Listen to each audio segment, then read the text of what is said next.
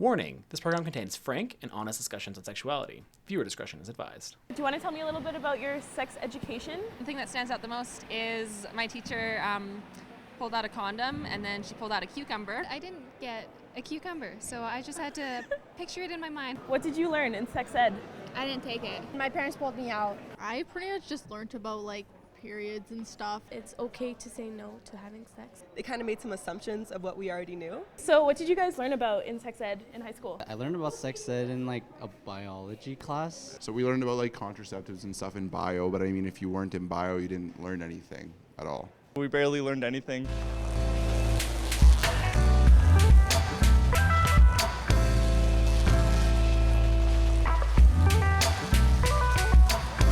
So we're here with Jenna from the Calgary Sexual Health Center. She's a sex educator.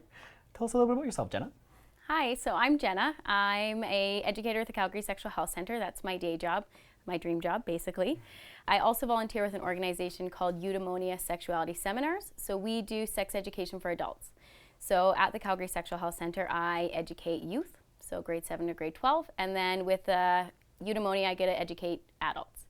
We actually do some education here at the U of C during Sex Week. So we do a workshop almost every Sex Week, which is fantastic. And I'm also the manager of A Little More Interesting, which is a adult store where people can buy toys and lingerie, get some education as well. Can you tell us what's covered in Alberta's curriculum? It's a little bit different depending on the grade. So in grade 7, we do a big focus on anatomy. So having the youth learn proper names for the genitals, talking about all of the changes that happen during puberty.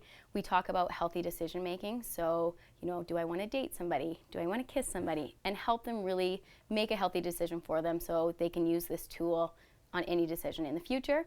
Talk about ages of consent. So what does the law actually say to make sure that they're protected and not being taken advantage of? And grade 8, grade 9. Grade 8 is a big focus on sexuality. What does that actually encompass? Talking about birth control, all the different types. How does it work? How does somebody use it? And then a focus on STIs. What are they? How are they passed? What can somebody use to protect themselves? And then grade 9 is a big focus on healthy relationships. So same stuff as grade 7 and 8, but a big focus on healthy relationships. What does that look like? What is a healthy relationship? What isn't it? How can somebody communicate with their partner so it's effective? So it's not fighting and arguing, but actually comes with a solution. And then calm is kind of a combination of all of those just in more detail. So we do more detail with the anatomy, more detail with birth control and STIs, and have a little bit more fun kind of playing games, doing skits, that kind of stuff. And then just get to delve in deeper with all of those different things. How do kids usually respond to consent and discussions about consent? What we teach kids is consent is everywhere. People have to get consent to go out and hang out with their friends, to go to a movie, to get that permission in order to do stuff. And then it just translates into sex and people touching their bodies or somebody touching somebody else's bodies.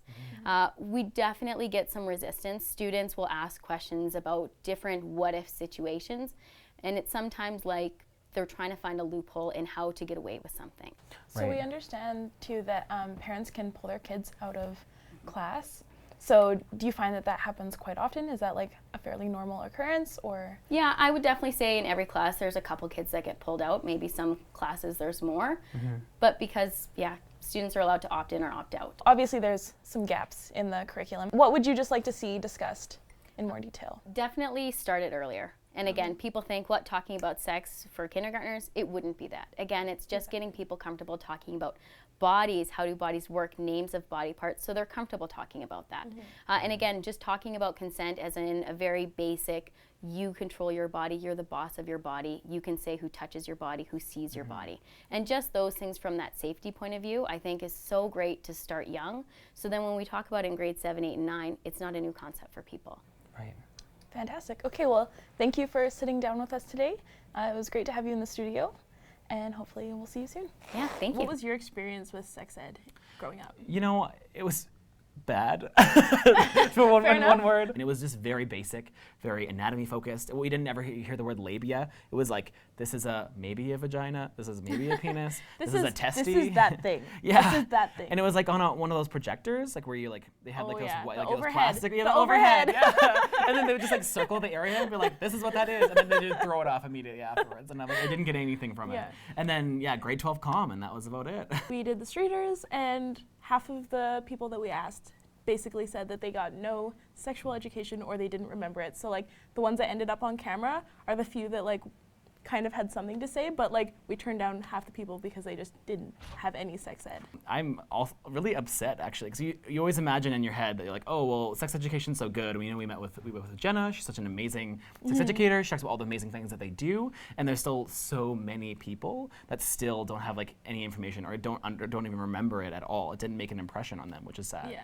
Well, and two, there was only one person who mentioned consent, and that is a huge red flag. Like, why are we not talking about that? If we're like making out and you shove your hand down my pants and I'm like, no, slow down, that means get the fuck off me. I think another thing that is really important is like, most of them learned about STIs, which is awesome. Yeah. But at the same time, like, I don't think that can be stressed enough. They basically said that their teacher demonstrated how to, you know, put a condom on a cucumber. Just like, Mom, don't watch this. So easy to put it on a cucumber, but like the dick's like flopping around and like maybe it's not quite hard yet. Yeah, one's bigger than the other. Yeah, like, I think we have this narrative that puts the emphasis on condoms, and I think it's very heteronormative in the sense that it's assuming that all sex has to be with the penis entering something. So I don't think we talk a lot about that oral is also a way that you can gain several STIs. If you're putting genitals in your face or on your genitals, like anywhere, like you can contract something. People need to feel comfortable being like, hey, if we're going to be in a long-term relationship, I want to get tested together. Ultimately, it's your own body and it's your own safety. I really wish that we learned a little bit more about pleasure, knowing that you should always feel comfortable. I think that was something that's always lacking. And, I wish I learned a little bit more about the options of sex. For example, like being oral, how to protect yourself if it's necessary, things people like and dislike. I just wish I learned a little bit more about the holistics of sex and not just protection, contraception, don't have babies. How about you? Okay, so I really hope that in sex ed, people learn to be comfortable with their sexuality and they learn that sex is fun and it's okay and there's ways to be safe about it and there's nothing wrong with doing it, because I was definitely taught that abstinence is the only way to go.